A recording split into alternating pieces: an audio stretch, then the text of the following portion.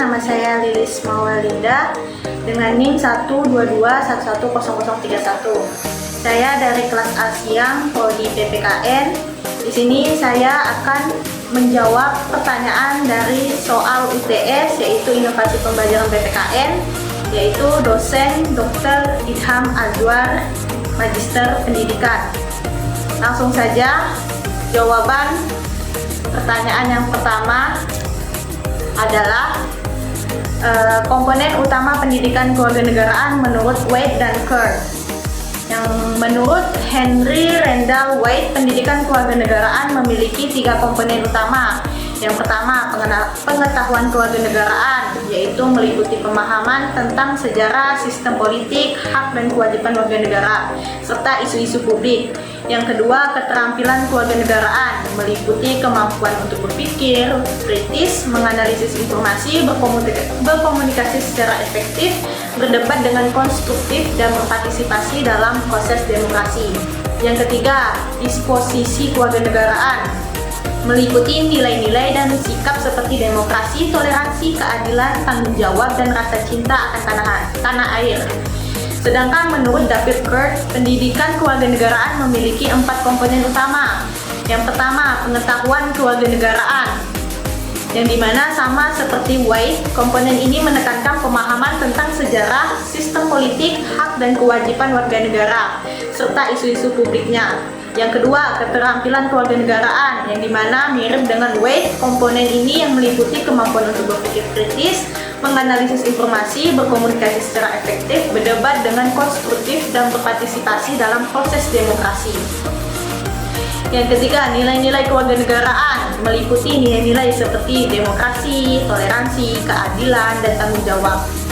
Dan yang keempat, keterlibatan kewarganegaraan, yang meliputi partisipasi aktif dalam kehidupan masyarakat dan politik seperti pemungutan suara, sukarelawan, dan advokasi. Persamaannya, baik Waite maupun Kerr menekankan pentingnya pengetahuan, keterampilan, dan nilai-nilai kewarganegaraan. Keduanya bertujuan untuk mempersiapkan siswa menjadi warga negara yang aktif dan bertanggung jawab. Adapun perbedaan, Kerr menambahkan komponen keterlibatan kewarganegaraan yang menekankan pada partisipasi aktif siswa dalam masyarakat. Waite ini tidak secara eksplisit menyebutkan nilai-nilai kewarganegaraan sebagai komponen yang terpisah. Selanjutnya, jawaban nomor kedua, inovasi dalam pembelajaran pendidikan kewarganegaraan. Berikut 3 contoh inovasi dalam pembelajaran pendidikan kewarganegaraan. Yang pertama, pembelajaran berbasis proyek, yang dimana siswa mengerjakan proyek, penelitian, atau aksi nyata untuk mempelajari konsep dan keterampilan kewarganegaraan. Yang contohnya seperti siswa meneliti sejarah lokal dan mempresentasikan temuan mereka pada masyarakat. Yang kedua, pembelajaran kolaboratif, yang dimana siswa bekerja sama dalam kelompok untuk menyelesaikan tugas dan proyeknya. Contohnya, siswa berdebat tentang isu-isu publik yang kontroversial dalam kelompok kecil. Contoh yang ketiga, pembelajaran berbasis teknologi, yang dimana penggunaan teknologi untuk meningkatkan pembelajaran seperti simulasi, game, edukasi, dan media sosial. Contohnya, ketika siswa menggunakan media sosial untuk mengadvokasi isu-isu yang mereka pedulikan. Baiklah, jawaban pertanyaan dari nomor 3, yaitu definisi inovasi dan penerapannya dalam pendidikan kewarganegaraan. Menurut Joseph Schumpeter, inovasi adalah penciptaan produk, proses, atau layanan baru yang berbeda dari yang sudah ada sebelumnya. Menurut Robert Evern, inovasi adalah adopsi dan difusi ide, praktik, atau produk baru yang dianggap baru oleh individu ataupun kelompok.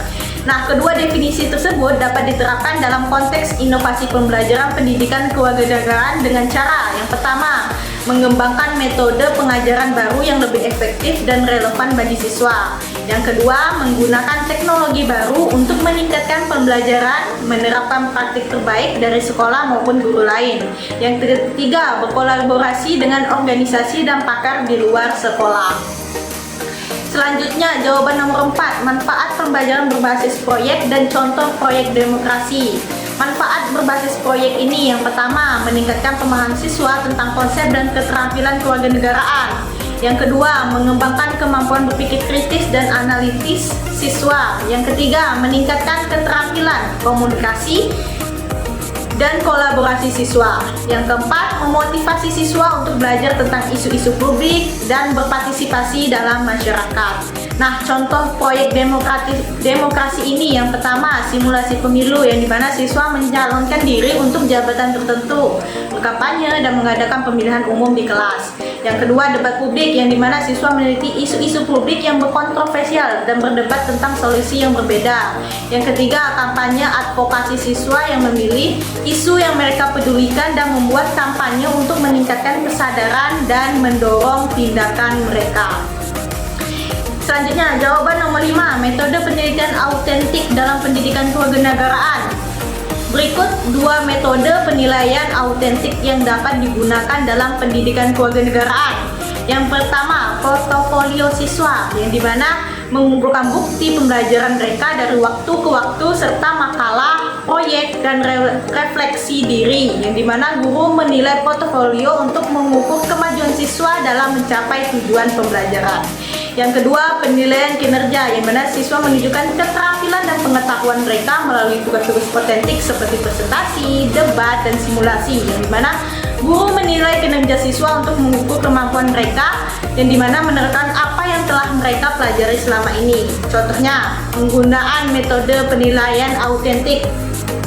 Portofolio siswa ini dapat mengumpulkan portofolio yang berisi makalah penelitian mereka tentang sejarah lokal, proyek asli nyata tentang isu-isu lingkungan, dan refleksi diri mereka tentang pengalaman belajar mereka dalam kelas kewarganegaraan. Yang kedua, penilaian kinerja, yang mana siswa dapat mempresentasikan hasil penelitian mereka tentang sistem politik Indonesia, berdebat tentang isu-isu kebijakan publik yang kontroversial, atau berpartisipasi dalam simulasi pemilihan umum.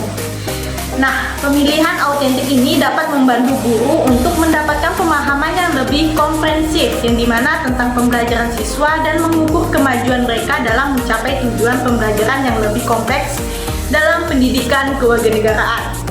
Mungkin itu saja jawaban tentang soal UTS Inovasi Pelajaran PPKN. Saya akhiri, wabillahi taufiq wal hidayah. Wassalamualaikum warahmatullahi wabarakatuh.